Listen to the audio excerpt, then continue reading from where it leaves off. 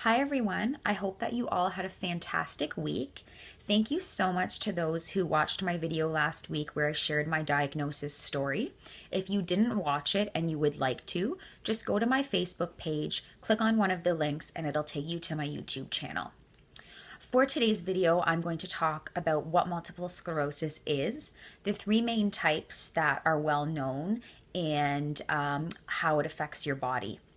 So, what happens when you're developing MS or having an attack or a relapse is your immune system, which we all know is there to help your body fight off viruses, actually mistakes the protective layer surrounding your nerves for a virus and begins to attack your nerves.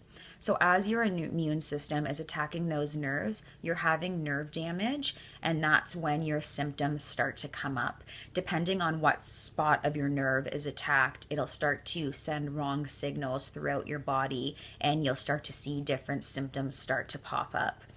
When the nerve is attacked, the spot that is specifically damaged will begin to develop a lesion trying to heal itself. A lesion is just a little white spot that can be seen on MRIs. They're usually seen on your brain or your spine, and that will help a doctor to determine what stage of MS you're at and how your attacks are happening. For example, I have a lesion on my spine that caused my attack, and that's why all of my symptoms were happening in the lower half of my body. So, what happens after you have an attack actually determines what type of MS you have. So, 85% of patients are diagnosed with relapse remitting multiple sclerosis. And that basically means that once you have attacks, your body will go into remission, the nerves will start to heal themselves, and hopefully you'll make a full recovery. Sometimes that's not the case. You may make a 50% recovery, but you will definitely have a remission after your attack. You could go a few years or a few months without having another one, and then your body will start to heal itself. 15% of people are diagnosed with primary progressive MS, which has no remission and basically means when you're having attacks, your body is not going to heal itself.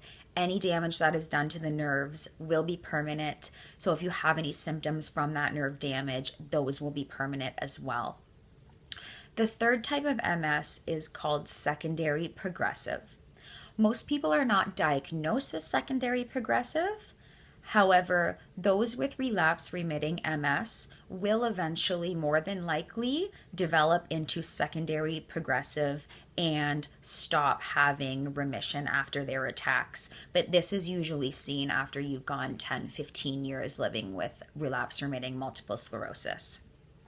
So there's actually no known cause for MS. The only thing that studies show that can have an effect is lack of vitamin D. They see a lot of people diagnosed each year who live in parts of the world that don't have very strong sunlight, therefore are not getting a lot of natural vitamin D. You see it a lot in North America, a lot in Europe. A lot of young European women are diagnosed. However, anyone between the age of 20 to 50, men or women, can have a diagnosis of MS.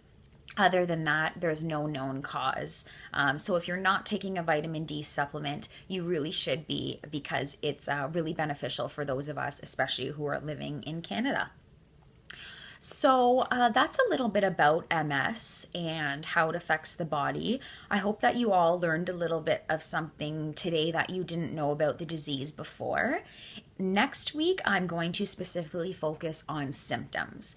As I said in this video, once you have an attack, you'll start to develop symptoms based on the part of the nerve that's damaged. There are so many different types of symptoms that people with MS live with. And I was going to talk about that today, but it really needs its own video. So you can look forward to that next week.